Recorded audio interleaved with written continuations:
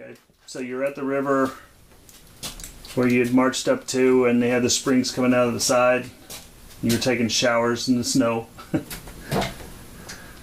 Yeah, that's where we got our drinking water and everything.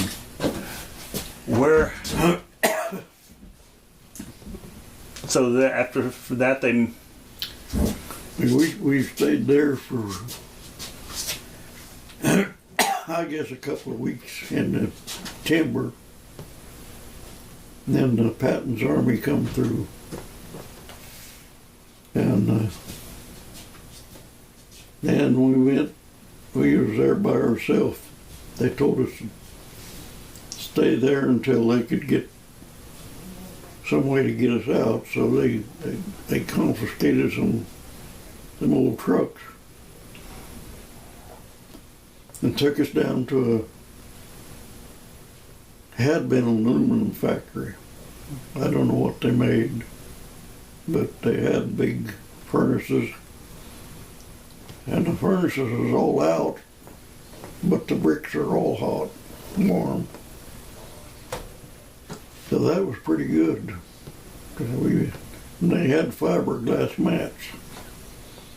Nobody knew what fiberglass was. They thought, boy, them was good mattresses. They wasn't worth a damn for mattresses. But they felt better than the wooden board, didn't they? No, I don't think so. They didn't. Fiberglass would crumble up and work in your skin. Itch. I didn't get in on that. But some of the prisoners thought that they were good mattresses. I just slept on. Of course, I had them 2 blankets. You still had your 2 blankets. Mm-hmm. So I just put my blankets down on them warm bricks and slept that way. So you stayed at the aluminum factory. We stayed there, I don't know, less than a week, I think. And I met another old boy, and he had been, he worked for the railroads in America, and he run a switch engine. So they had a spur there. Switch engine's a train? Mm-hmm. Okay. He commandeered that switch engine, went into town, come back with electric stove and some pans, frying pans. And the Red Cross had come in and brought us some parcels. And they called them, I think they called them 5-in-1. Anyway, they had a lot of food in them, and they had a can of bacon. So he hooked that stove up and got his frying pan, fried him some bacon. It didn't seem to bother him. But when he got through, he turned it over to me. Well, he had about that much grease in the pan. So I didn't throw it away, I just threw mine in there with it. And I fried, and it, down under that grease, it kept looking like it was raw meat. Finally I decided, well, it's got to be something wrong here. So I took my spoon or fork, whatever I had, and picked up a slab of it, and when I got it out of that grease, it changed. It was nothing but crackling, you might say. It was fried till there wasn't nothing left, hardly. I thought, well, I'm going to eat it anyway. So I stuck a piece in my mouth and let it just touched the top of my tongue. And Man, I thought I was going to throw up my guts. I got so sick in my life. But I never eat no bacon. And then the Red Cross come in, going to give us coffee and donuts. And I got in line. Of course, I was in pretty bad shape. I never was in the front of the line. I was always in the back. Now, you were like 95 pounds at this point, weren't you? Yeah, somewhere around 95, 93, around 90 anyway.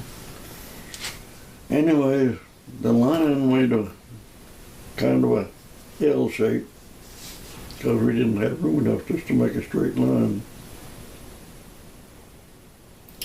And I was watching, they had semi-trailers and the whole back end raised up.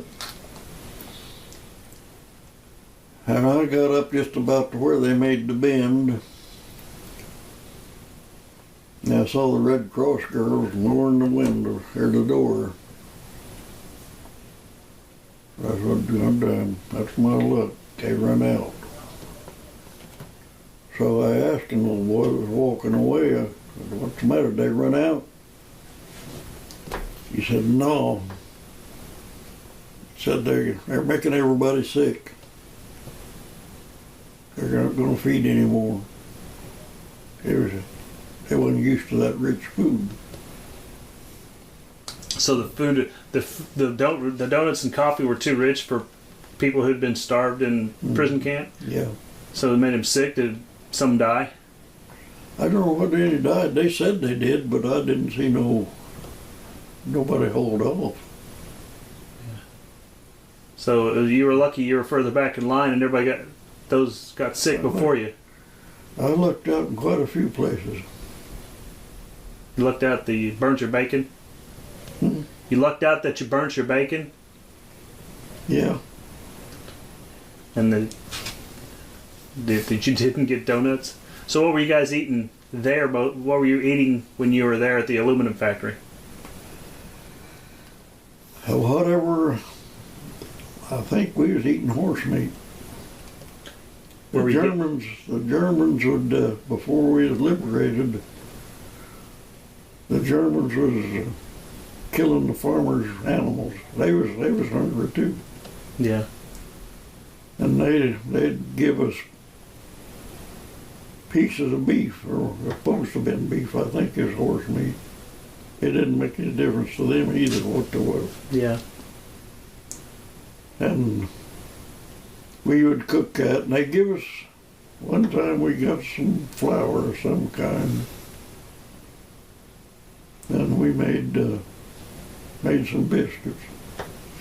But we didn't get much of anything to eat.